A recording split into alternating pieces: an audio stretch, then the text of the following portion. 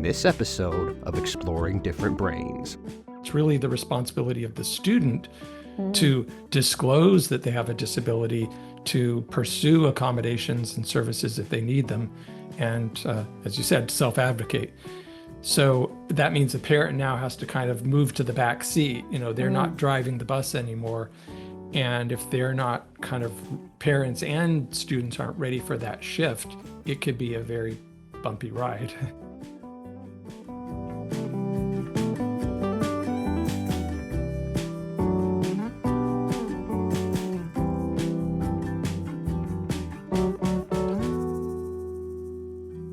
Hello, and welcome to Exploring Different Brains. I am Bea Moise, and I'll be your host today. And I'm excited to welcome my guest, Dr. Eric Endlich. Welcome, Eric. How are you? Good. Hi, B. How are you?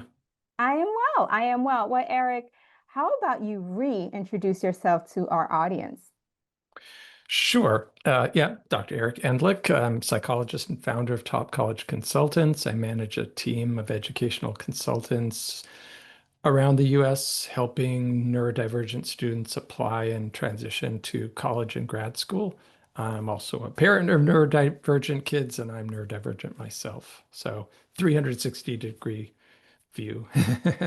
I love that. You have the parental view, you have the personal view, and then you have the professional view. Exactly. And you and I, we've had a previous conversation before this, so I love speaking to you. So I'm going to even love interviewing you. Likewise.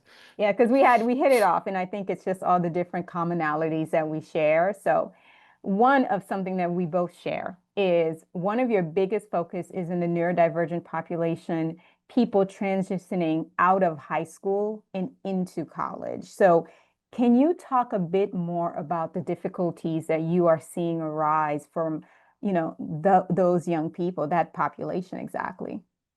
Sure. There's a bunch of challenges transitioning to college, or what people in some countries call university, is a big transition for anybody. If you've never lived away from home, if we're talking about moving away to a four-year college or university, living away from your parents or guardians, that's a big deal for any child.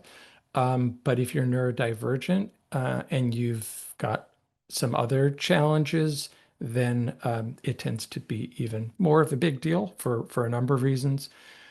One of them being the need, if you need certain kinds of support that may or may not be available at all colleges. So sort of figuring out which colleges are going to give me the support I need, whether it's academic, social, emotional, independent living skills, and developing the skills to be successful in college, which is much more than just being able to access the curriculum or handle the courses. It also involves being able to self-advocate for help when you need it, and other things. So those are just a couple of examples. Which out of all of those that you just shared, I mean, I've noticed that advocacy, especially for, the clients that I see, the college age students that I see, they've had so much hand holding, right? Throughout their undergrad years of, I mean, not undergrad, throughout their early education, of parents really fostering a lot of, I'll do this, I'll schedule the IEP, I'll do the 504. Like, which one do you see as the biggest hindrance for progress from your perspective as you help these individuals transition? I'm guessing advocacy, but this a pure guess. I'm Yeah, well, that's curious. definitely a big part of it. And it's not just the child, it's the parents too. So parents or guardians, I'm a special needs parent as well, as I said. And so I completely understand you're used to being on the front lines, helping your child, advocating for your child, making sure they get their rights and their needs met. And so that shift to college, things kind of flip. The parent, if the child's moving away from home, parents aren't going with them. And colleges treat students very differently from the system in the K through 12 world. There's different laws that apply. In Up until college, it's the school district's responsibility to identify students who have disabilities, to serve them, to deliver the services they need to be successful. That is on the school district. And of course, parents play a huge role in that too. Hmm. And that kind of flips in college, where it's really the responsibility of the student Mm. to disclose that they have a disability, to pursue accommodations and services if they need them, and as you said, self-advocate. So that means the parent now has to kind of move to the back seat. They're not Mm. driving the bus anymore. And if they're not kind of parents and students aren't ready for that shift, it could be a very bumpy ride. Interesting. I figured that, but it's great to hear your insight. It's great to hear you, really give that perspective because you're dealing with it and you're seeing it more frequently. What are some tools you've come across that can help navigate this transition? Like what have you seen to be very successful in terms of tools?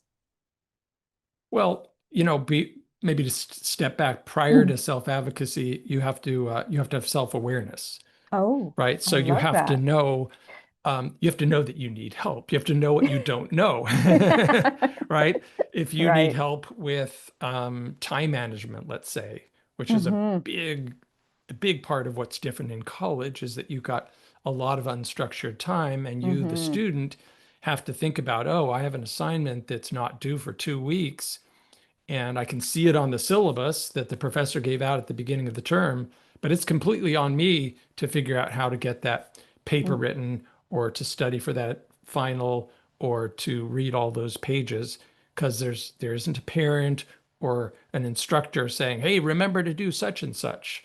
Um, so if you struggle with something like time management, you need to know that about yourself so that you would Hmm. then figure out a system. Maybe that's meeting with an academic or executive function coach. Maybe that's putting up a whiteboard, which is what one of my kids did in high school. Maybe it's putting apps on your phone. Uh, you know, Same thing goes to other areas of your life. If you know that you have a tendency to slip into depression or anxiety, you need to know what are the things that are going to help prevent that or manage it if it does start to happen. So that I self-awareness is really key. And then knowing, where do I get help if I need it? And am I ready to step up and ask for help? That's a great point. You need to know you need help, and then you need to Hmm. get the help Yeah. because without the knowing, you cannot get it. I think that is such a fascinating point because something I've come across, as an ADHD coach when I am dealing with, college students and graduate level students and individuals who weren't really aware of the level of how badly they needed help, right? Because like you said, and you made a beautiful point about, the K through 12, they really do put all this resource into families. And even if the resources are lacking, it is nothing in comparison to when you get to the college level, right? Like it doesn't compare because now it's, well, if you want this help, it's here, but we're not going to like shove it down your throat or make it as accommodating as possible, depending on the place. So I think that's a fascinating perspective of they need to know that they're in need of this. And I do see that sometimes parents do such a great job, managing it that these kids now get in this environment and they're lost because Hmm. they're like, no, I get straight A's and I study the night before and then I turn it in. And they didn't know that the parents was emailing the teacher to make sure the assignment was turned in and to give them extra time and, all the different stuff. So what percentage, or even if you could give me a number or just kind of an idea of how many of those students did not know, like didn't have a recognition of how badly, they needed this, or if they were even neurodivergent themselves. Like, have you come across you know, Yeah, I don't know about a number. I would say it's kind of a range, okay. Hmm. where we have some students who are pretty self-aware, and one of the things I ask kids when I first meet them is, what supports or accommodations are you getting now in high school? If it's a high school student, I also work Hmm. with students applying to grad school, but what accommodations are you getting that you find helpful? What do you actually use? Not just Hmm. what's on your IEP, but Hmm. what are you actually using and benefiting from? And some kids I work with are very clear on that. They say, that resource room and that resource teacher is super helpful. Having extra time on tests is really helpful. Having extra time on assignments is helpful. Unfortunately, that tends to go away in college, so that's another tricky thing. And then there's other kids who are more maybe in denial, you might say, who are like, oh, I don't think yeah, I've got an IEP, but I don't really think I need that. And I'm not going to need anything special in college. When the parents might know, yeah, if it weren't for all the stuff the parents and teachers are doing to keep you afloat, as you said, you would be sinking, because the parent may be waking them up in the morning and making Right. sure they put their homework in their backpack and that they eat before they leave, and a million other things that are somewhat behind the scenes that everyone sort of takes for granted. The student may not realize, like, all this scaffolding is going to drop away when I go to college.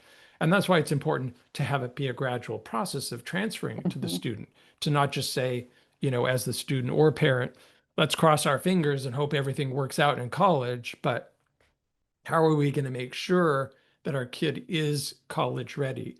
And there's a lot of pieces to that process. It could be taking a gap year to build those skills. It could be the parent shifting that responsibility gradually. I'm going to show you how to do laundry. I'm going to show you how to make an appointment with your therapist. So there's lots of ways that can happen, but it needs to happen or it's going to go off the rails pretty quickly.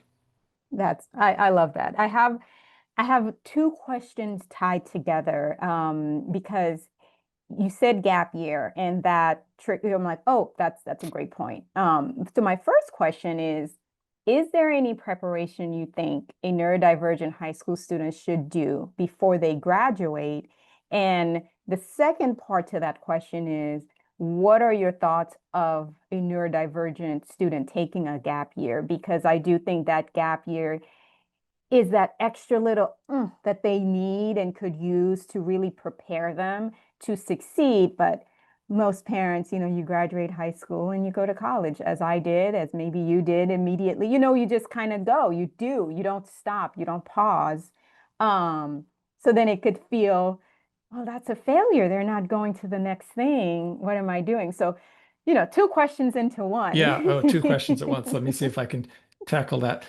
So the first one was what could the students be doing? It's a long list. Again, it is sort of building that, figuring out together, parents or caretakers and child, what are all the things that other people are doing, and how is that going to be managed in college? Like if parents are getting the kids up or doing their laundry or making their appointments or you know, uh, as you said, calling the teachers at school or emailing the teachers, how is that going to play out in college? And of course, I'm not suggesting like kids have to arrive at college with everything figured out and mastered, any more than neurotypical students do.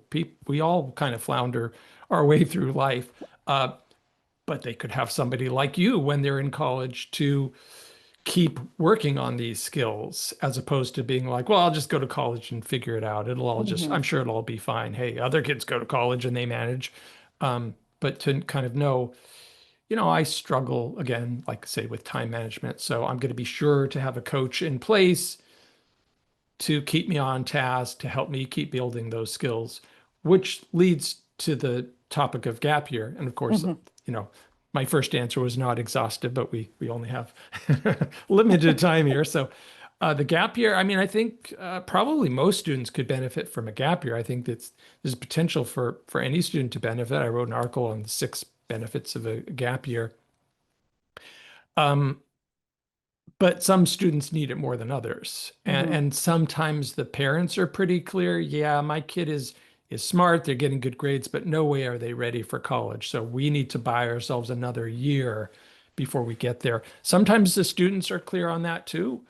Sometimes they're not. Sometimes it's a process that happens over time where we just sort of keep it in the conversation. Well, let's revisit that later, see where you're at, later on in senior year.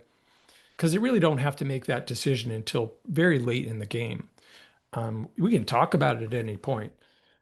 But if you're still really struggling in certain areas a lot, whether it's academically, executive function, socially, emotionally, independent living skills, why not buy yourself some more time build up those skills so that when you get to college, it's not going to be such a struggle. Um, you know, the nationwide, only about 60% of kids who start college graduate after 6 years, not 4 years. Mm-hmm. So there's a big chunk of students, not just neurodivergent Mm, students, who are not getting through, never mind 4 years, even after 6 years. And there's lots of reasons. Some of it can be right. financial, obviously. Um, but for students with disabilities, the rates of not graduating, unfortunately, are even higher. So why not increase your chances of success? And a gap year is one way to do that. I think that is such a wonderful point. I want to read The Six Benefits of a Gap Year. So we will definitely link that because I think it's such a profound idea that we don't utilize as much as we could. Usually, depending on when I meet with a family, when I'm doing parent coaching, if I meet them when they're little, I try to sell TK and pre-K, right? It's like I'm always trying to sell more time. Like, hey, let them do TK instead of pre-K, you know? And when I meet them later on, and I'm like, a gap year can be a really good time to discover who you are, to learn. It's not a year of nothing, it's a year of growing, right? hmm Because your hmm brain isn't relaxing at that time, it's still growing. And for what we know about the developing brain, they have time. They're still very much young. So for me, I think a gap year is such a wonderful perspective that I don't think parents really take ownership of as a possible option, but Yeah, more yeah, of a failure, right? And I think, absolutely. yeah, and I think just highlighting it and saying it's not a failure, it's just an additional tool Yeah. that I And don't think using. I was talking about skill building, but I want to underscore 2 points you made. One is it's another year of brain development. Mm-hmm. And not everybody realizes your brain is still developing well into your 20s. Mm-hmm. Past the age that a lot of kids have already graduated from college, your brain is still developing. Which is why, the stereotypes of all the crazy things that teens and Right, 20 somethings get into, because you haven't developed in certain ways, right, cognitively. And so another year of brain development is really going to help you be more mature and successful in college. And the second thing, you were talking about self-discovery. So some of the kids I work with know exactly what they want to do. I have a student who not only knows she wants to be a veterinarian, but she knows what type of veterinarian she wants to be. I have two kids this year who not only want to be architects, they've known this for most of their lives that they want to be architects. So some kids go to college like, I know exactly what I want to study. I know where I'm going in life. But a lot of my students don't know. They know they right, want to go to college. right, They want to study something. Maybe they've narrowed it down to STEM or humanities, but could be history, could be poli sci, could be economics. That gap year could help them really focus so that when they get to college, they are more laser focused. Not that you have to be. In the US, you can have a major and a minor, or a double right, right. major, unlike some other countries. But still, I wish I had known more when I went to college about all the options open to me. I probably would have picked a different major and so on. But, Yeah. yeah.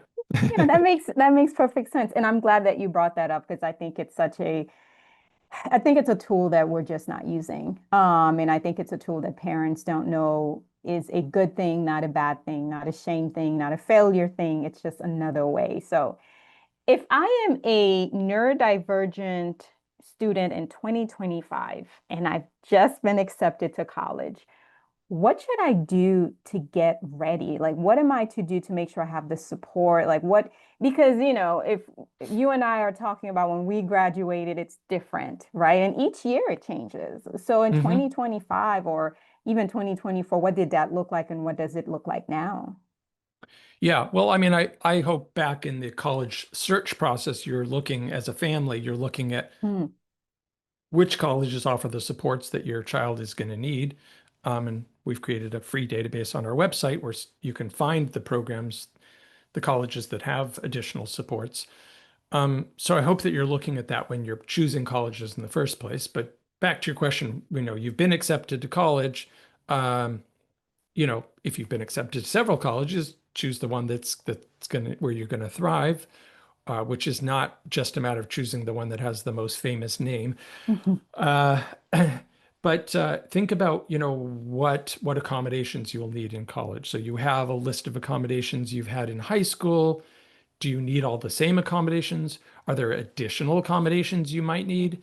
And this could be a dialogue you have with the Disability Services Office in college, because interestingly, there might be some things that go away. Like I said, extra time on assignments tends to disappear in college, but there may be a bunch of things available in college that weren't available in high school, Mm, like certain kinds of assistive technology that your high school just didn't have at the school, that the college, with its larger enrollment and larger budget, is able to afford, or note takers in the classroom. So, think about all the kinds of accommodations you need to be successful. Have that dialogue with disability services before you set foot on campus as a first year student. Don't wait until you've started school, because you're going to be hit with assignments and meeting new people, and figuring out where to do laundry and go to the gym and a million other things. Get all that stuff in place so you can kind of hit the ground running. That's one piece of it. Think about if you struggle with certain things, let's say making friends. mhm. Okay, what are you going to do about that? Are you just going to hang out in your room and not make friends? Or is there a club of people with similar interests where it might be easier to make friends?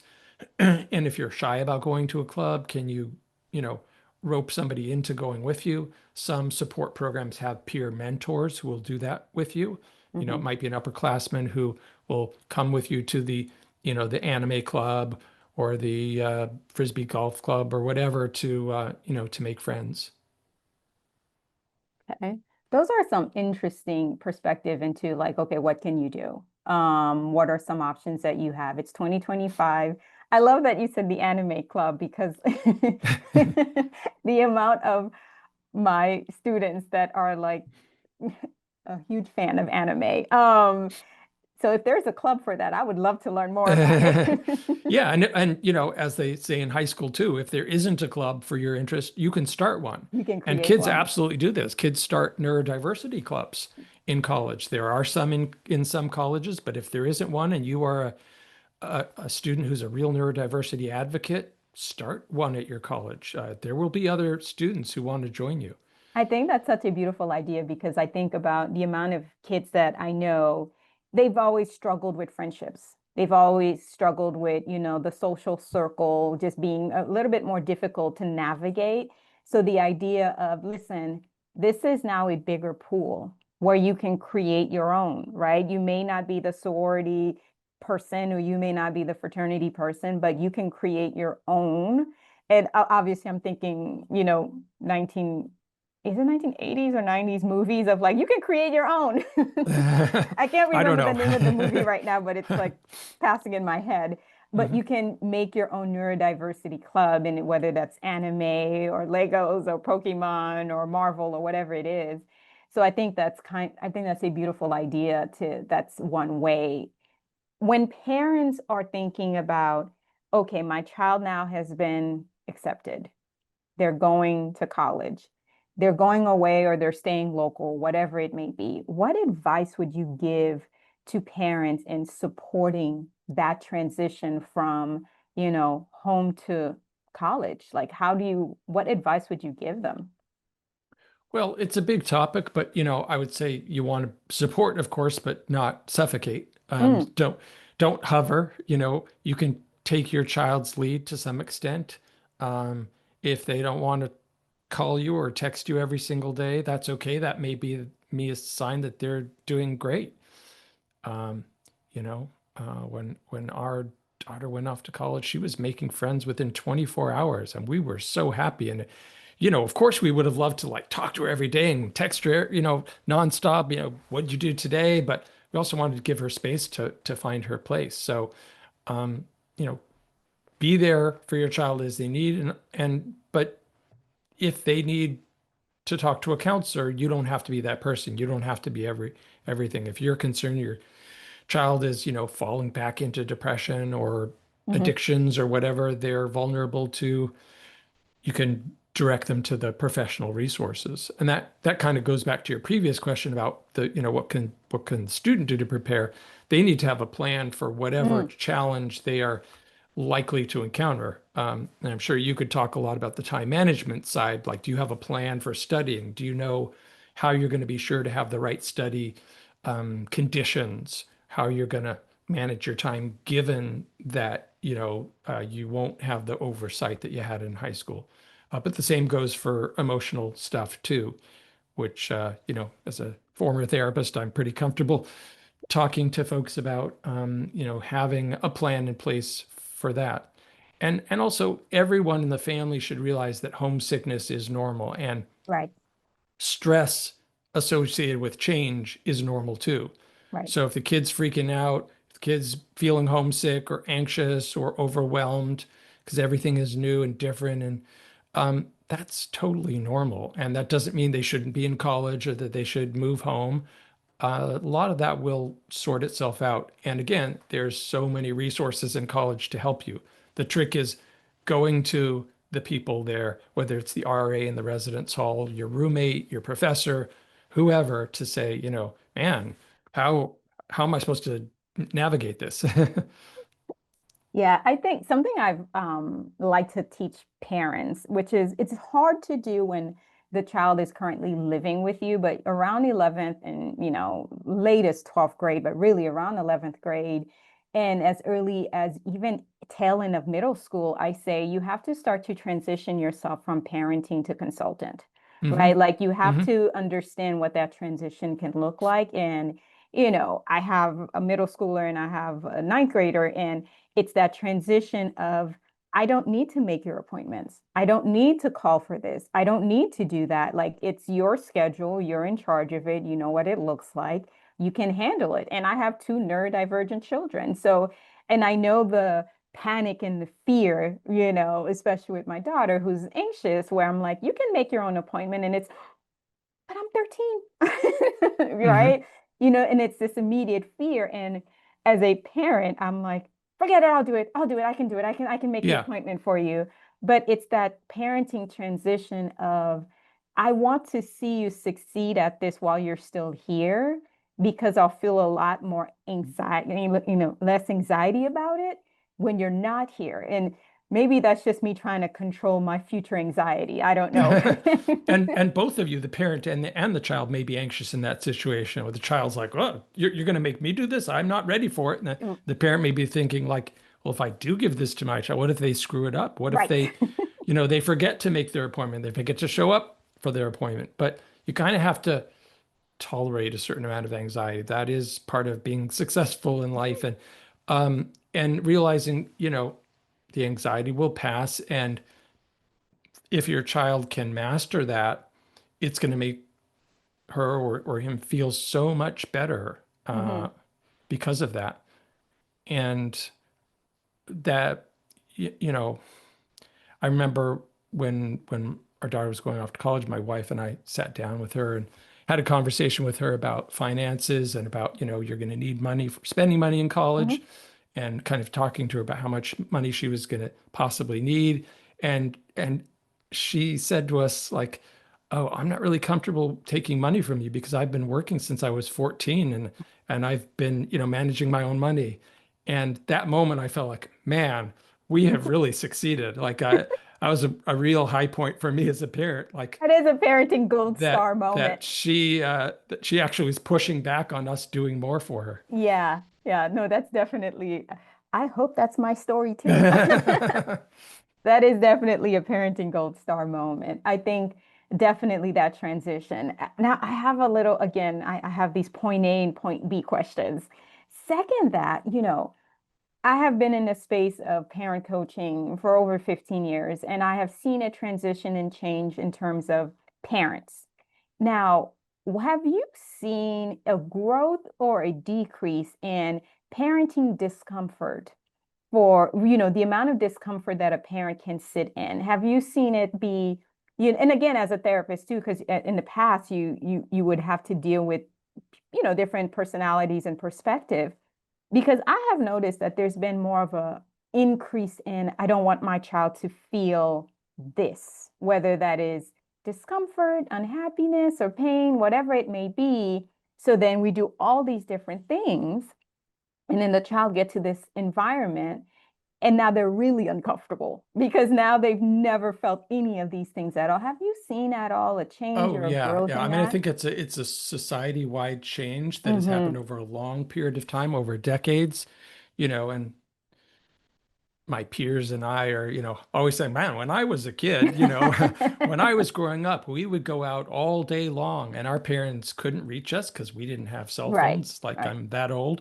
We didn't have cell phones. We would just go out all day and hang, riding bikes, whatever. Our parents couldn't reach us. Our parents didn't worry about it. And not was just things that are so different today. So I think part of it is because of technology, because you can always be texting your kid, did you get to your friend's house yet? Have Mm-hmm. you, The accessibility that of it, yeah. I think that makes it easier to hover, as Mm-hmm. opposed to if your kid's gone out and they're hiking around or whatever, biking around with their friends pre-cell phone, you just had to be like, yeah, they'll be home for dinner and it is what it is.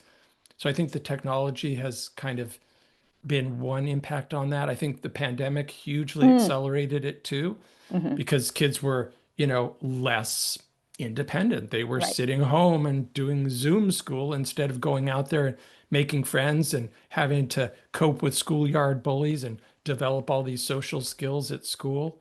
So I think that kind of set the clock back too in terms of independence and in terms of kids feeling confident and so yeah, anxiety has increased on both sides. And so if you're a parent and you texted your kid, "Where are you?" and 20 minutes went by, they didn't respond, you might get anxious in a way that just simply wasn't the case before. And even when cell phones first came out, 7, 8, 9, 10-year-olds didn't have them. Right, right. So now it's like everybody has them.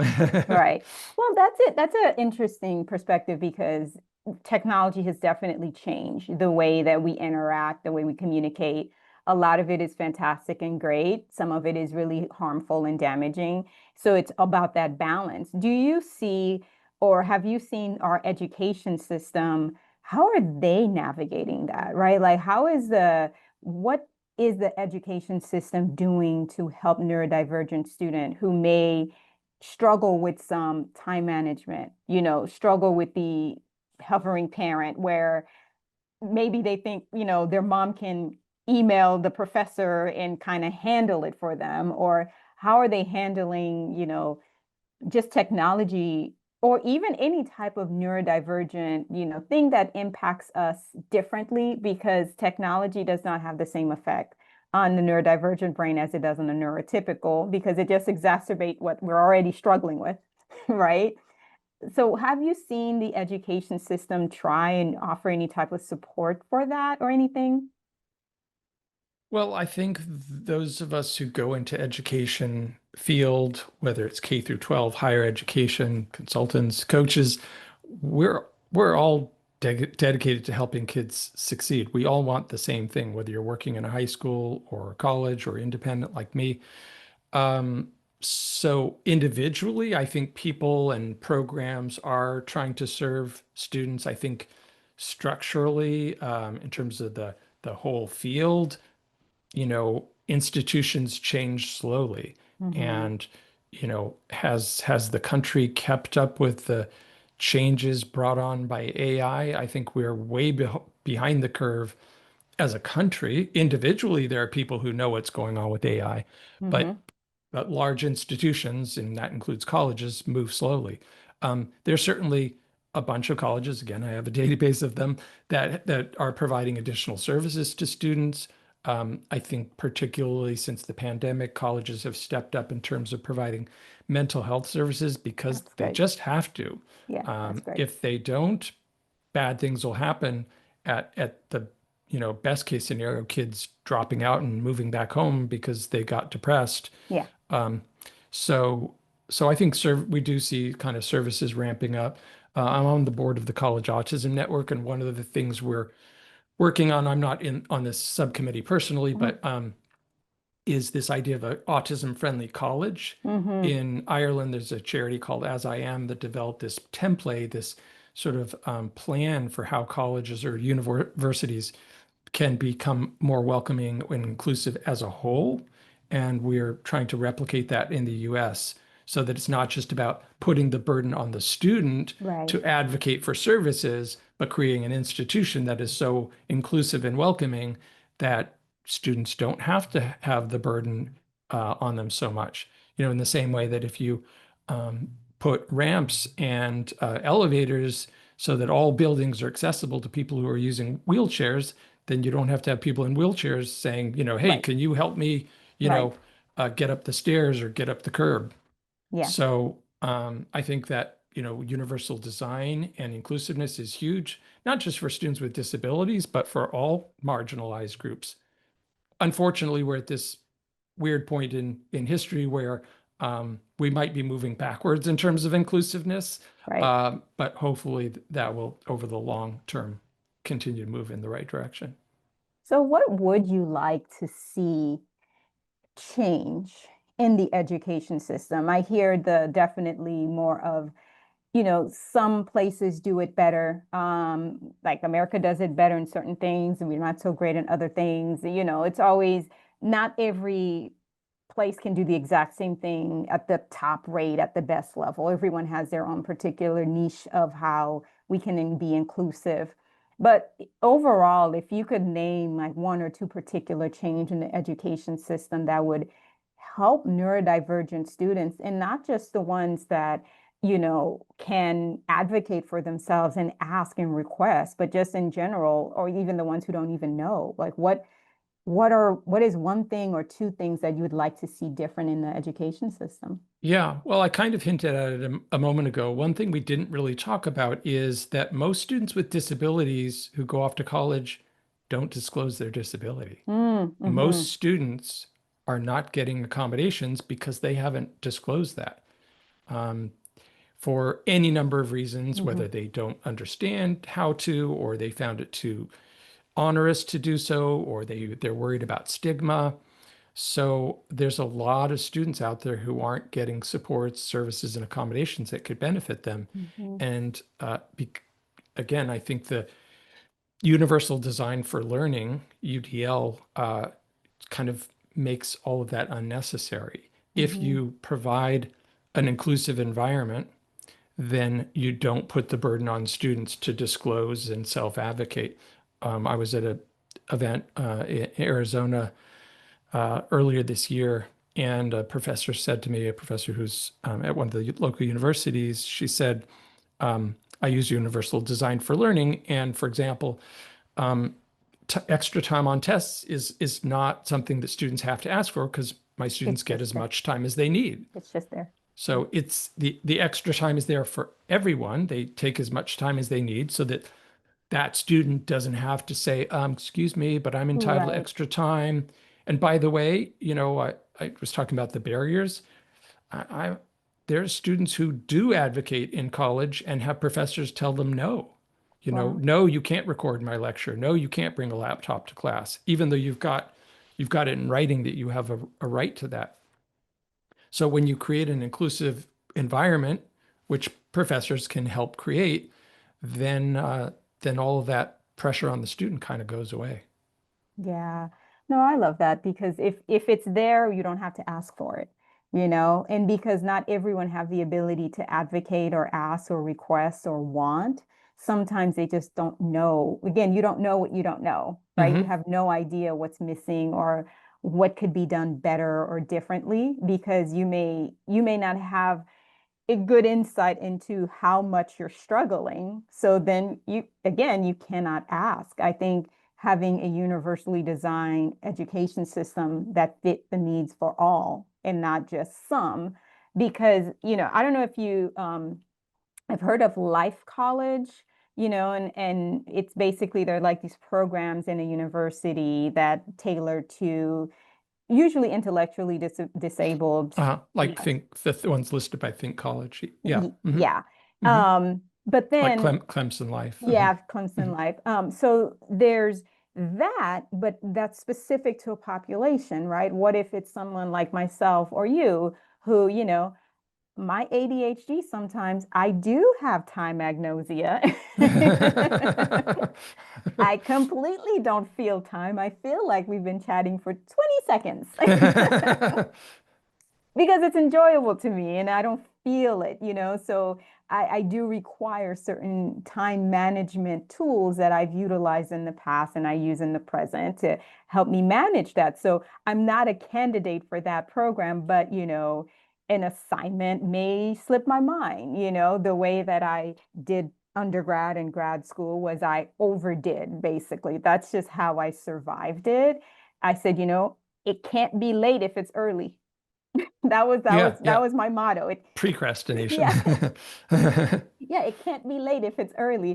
So Yeah. I would do everything weeks ahead of time, submit it, and just be done with it until I forgot which practicum it was where that I couldn't do that anymore, right? It was due, the assignment was given that same week. It was due in the same week, and I didn't have another tool for that, right? Because I can't submit it early, and a week is not enough time. Mhm. So if it was already included, it would have felt different. Yeah.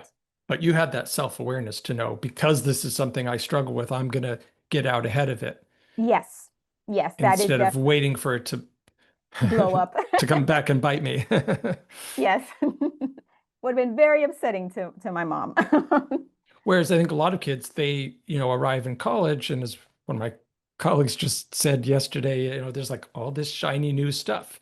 You Yes. know, there's parties, there's places on campus you can eat 24 hours a day. There's like there's people hanging out late in the residence halls chatting or doing whatever. Yeah. It's pretty easy to take your eye off the ball Right. I and mean, think, oh, that assignment's not due for weeks. I'm not going to think about that when my friends are going out and having fun. right. Right. Right. Especially if you have an impulse control issue. And everything is, in most college town, everything is within walking distance. It's done Yeah. intentionally. And then on top of that, as you alluded to earlier, if you in high school, if you got by doing everything the night before, you Mm-hmm. may think you can still do that. Mm-hmm. Um, and especially if you're smart, in some ways it's worse if you're smart Yes. Yes. because you can pull it off. You can do it the night before and still get a decent grade. Right. But in college, if it's hundreds of pages of reading or a 20-page paper, it probably can't pull that off the night before. Right. And I think college students also forget you had a curfew. At the end of the day, you were home by a time. I don't know what that time is, but you were home. When you're in college, there is no curfew. It's Right. only whatever you decided to Yeah. be, or yeah. And even if you were that kid who was doing it the night before, maybe you were doing it because your parents were kind of sitting on Yeah. you and saying, excuse me, we know that the math test is tomorrow, so, turn off the music and start studying. Well, Eric, I have to say, I can talk to you forever. But I do want to respect your time. As I've demonstrated, I do have time agnosia. I do have a problem. So Yeah, well, you probably have a timer in front of you or something, which I I don't. do. So And the timer I'm saying, stop talking, stop talking. I'm relying on you to do this. So how can people learn more about you and the wonderful work that you're doing? Well, go to topcollegeconsultants.com. We're on social media too. I co-manage a Facebook group of 27,000 parents of college-bound neurodivergent students. You can reach out to me at Eric, ERIC, at topcollegeconsultants.com, and I can give you the link to our Facebook group. You can also find it on the website. We give out lots of free resources. We understand not all families Mhm. have the money to or choose to hire a consultant. So lots of free podcasts, webinars, blog posts, you name it. I know that on LinkedIn, you are wonderful with sharing resources. You Thank are you. my favorite person to share, to see, because you give information. I'm like, oh my gosh, this is so great. Yes. Yeah, So thank you for that, Eric. It's been so great speaking with you today. Thank you for likewise. everything that you're doing in this community, our community. You're a wonderful human for doing so. So thank you. You're going to make me blush. Thank you.